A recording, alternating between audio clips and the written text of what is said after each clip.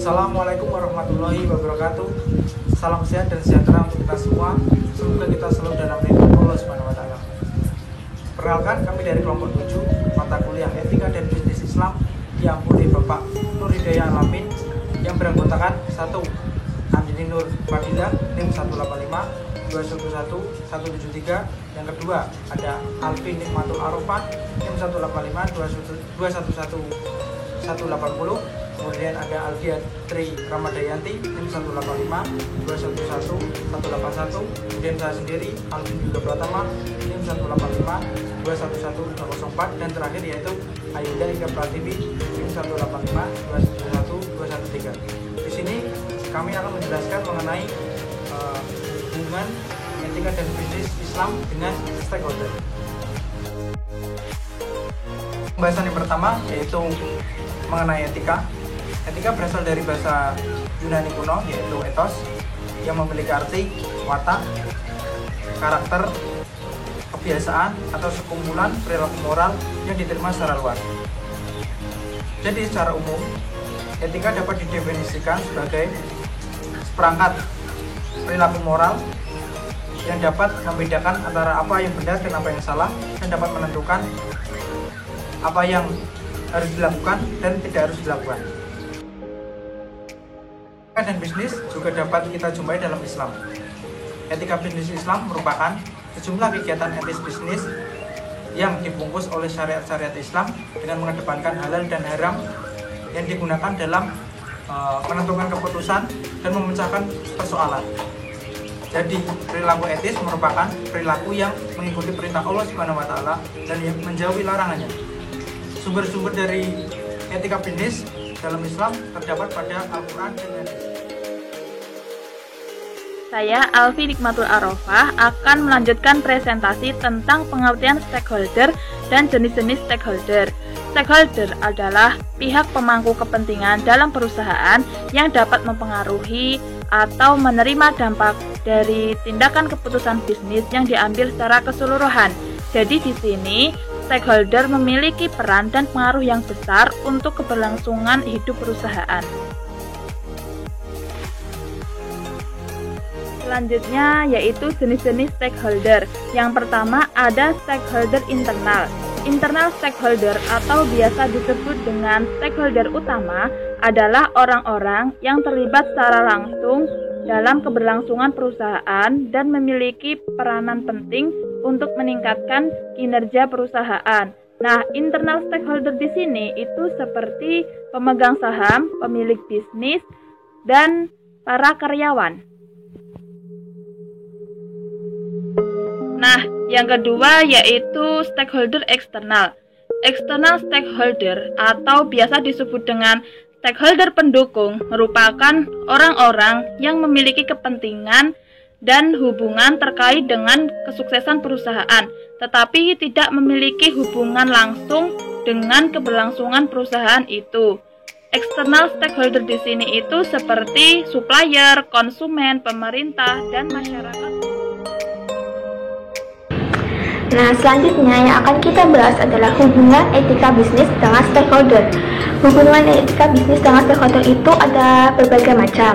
Yang pertama kita bahas adalah hubungan etika bisnis dengan pelanggan atau konsumen. Pelanggan atau konsumen adalah pembeli suatu produk dari perusahaan yang dapat menentukan kesuksesan dari perusahaan tersebut. Sehingga dalam etikanya, perusahaan memiliki tanggung jawab kepada konsumen berupa memberikan produk dan jasa dengan kualitas yang terbaik sesuai kebutuhan, memberikan perlakuan yang adil dalam setiap transaksi, lalu ada memelihara kesehatan produk dan kesehatan lingkungan konsumen, tanggap dan hormat terhadap martabat konsumen, lalu ada menghormati integritas kultur yang berlaku pada konsumen. Lalu, selain tanggung jawab, konsumen itu memiliki hak-hak yang harus dipenuhi oleh perusahaan. Yang pertama, berhak mendapatkan informasi yang lengkap dan jelas, berhak mendapatkan ganti rugi atas produk atau jasa yang cacat bahkan kalau tidak disengaja oleh produsen. Lalu yang ketiga yaitu berhak untuk mengkonsumsi barang dan jasa secara aman. Lalu yang keempat adalah berhak untuk secara bebas membeli produk tertentu tanpa dipaksa ataupun secara halus ataupun terang-terangan. Lalu yang terakhir yaitu berhak mendapat pelayanan yang memadai saat membeli ataupun setelah membeli. Nah, selanjutnya yaitu adalah etika bisnis dengan karyawan. Karyawan merupakan sumber daya manusia yang menjadi salah satu faktor produksi penting dalam perusahaan, sehingga tanggung jawab perusahaan terhadap karyawan yaitu adalah karyawan memiliki hak atas perlindungan, keamanan, dan kesehatan. Lalu hak untuk diperlakukan secara sama, artinya tidak ada diskriminasi dalam perusahaan, entah berdasarkan warna kulit, etnis, agama, jenis kelamin. Lalu ada semacam baik dalam sikap dan perlakuan, gaji maupun peluang untuk jabatan, pelatihan atau pendidikan lebih lanjut.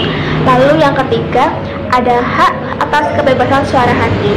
Jadi pada konkretnya itu pekerja tidak boleh dipaksa untuk melakukan tindakan tertentu yang dianggapnya tidak baik, seperti melakukan korupsi, menggelapkan uang perusahaan, menurunkan standar atau ramuan produk tertentu demi memperbesar keuntungan untuk menutupi kecurangan yang dilakukan perusahaan atau atasan. Dan dia tidak boleh dipaksa untuk melakukan hal ini kalau berdasarkan pertimbangan suara hatinya hal itu tidak baik dan tidak boleh dilakukan. Nah, sekian penjelasan tentang hubungan etika. Perkenalkan, nama saya Aldiati Ramadayanti. Nah, di video kali ini saya akan melanjutkan penjelasan dari teman saya sebelumnya mengenai hubungan etika dan bisnis terhadap stakeholder. Di sini saya akan menjelaskan poin ketiga dan poin keempat. Nah, di poin ketiga ini yaitu etika bisnis terhadap pemasok. Perusahaan yang beretika adalah perusahaan yang menghargai dan menepati perjanjian yang telah dibuat dan disepakati oleh kedua belah pihak. Hubungan dengan para pemasok itu harus berdasarkan rasa saling menghormati dan bertanggung jawab untuk mendapatkan keadilan dan kejujuran dalam menjalankan setiap aktivitas seperti lisensi, penetapan harga, dan hak untuk menjual. Sehingga dalam etikanya perusahaan itu memiliki beberapa tanggung jawab terhadap para pemasok, yaitu antara lain yang pertama adalah melakukan pembayaran tepat waktu sesuai dengan kesepakatan, yang kedua saling berbagi informasi, yang ketiga adil dan jujur dalam menjalankan setiap aktivitas, dan yang keempat adalah meningkatkan stabilitas hubungan dengan para pemasok. Nah, selanjutnya adalah poin keempat, yaitu etika bisnis terhadap masyarakat umum. Salah satu bentuk etika perusahaan terhadap masyarakat dalam tanggung jawab sosial adalah diharapkan perusahaan tersebut terlibat dalam berbagai kegiatan yang dapat memajukan dan meningkatkan kesejahteraan umum masyarakat. Nah, sehingga dalam etikanya perusahaan tersebut memiliki beberapa tanggung jawab terhadap masyarakat, antara lain yaitu yang pertama, melakukan tanggung jawab sosial perusahaan, yang kedua mengakomodasi kepentingan masyarakat dalam jangka panjang, dan yang ketiga adalah ikut melakukan berbagai kegiatan sosial yang berguna bagi masyarakat. Assalamualaikum warahmatullahi wabarakatuh. Perkenalkan, nama saya Andini Fadila, NIM 173 dari kelas MBS 6B. Nah, di sini saya akan melanjutkan presentasi dari teman saya yaitu pada poin kelima. Poin kelima yaitu menjelaskan tentang etika perusahaan dengan lingkungan. Nah, etika adalah ilmu yang mempelajari tentang baik buruknya sikap dan perilaku manusia yang diimplementasikan di kehidupan sehari-hari. Nah, selain di lingkungan sekitarnya, etika juga harus diterapkan di perusahaan. Nah, etika lingkungan pada perusahaan dibagi menjadi dua, ada lingkungan internal dan lingkungan eksternal. Yang termasuk lingkungan internal yaitu manajer, direktur, ataupun departemen yang bertanggung jawab langsung dengan perusahaan. Nah, yang termasuk lingkungan eksternal itu ada masyarakat sekitar perusahaan. Etika perusahaan terhadap lingkungan mencakup aturan-aturan ataupun pedoman yang harus dipatuhi di perusahaan. Contohnya yaitu itu sebagai atasan harus memiliki sikap adil dan bijaksana dalam memutuskan sesuatu. Anggota internal perusahaan harus bertanggung jawab dan memiliki sikap kritis, sportif, dan rendah hati. Lalu yang ketiga yaitu semua departemen yang bertugas untuk perusahaan harus jujur dan terbuka dalam melakukan suatu pekerjaan. Selain etika perusahaan terhadap lingkungan internal, perusahaan juga harus memperhatikan etika perusahaan terhadap lingkungan eksternal. Dalam perkembangan etika bisnis saat ini, muncul gagasan yang lebih komprehensif tentang tanggung jawab sosial perusahaan atau dikenal sebagai CSR (Corporate Social Responsibility). CSR itu mengedepankan alasan apa dan mengapa perusahaan harus memiliki tanggung jawab sosial terhadap lingkungan eksternal. Itu contohnya membuang limbah dengan metode yang baik dan benar agar tidak merusak lingkungan. Lalu tidak membuat kebisingan sepanjang waktu. Lalu melakukan rehabilitasi terhadap lingkungan yang tidak sengaja dirusak oleh perusahaan karena kegiatan produksi yang dilakukan.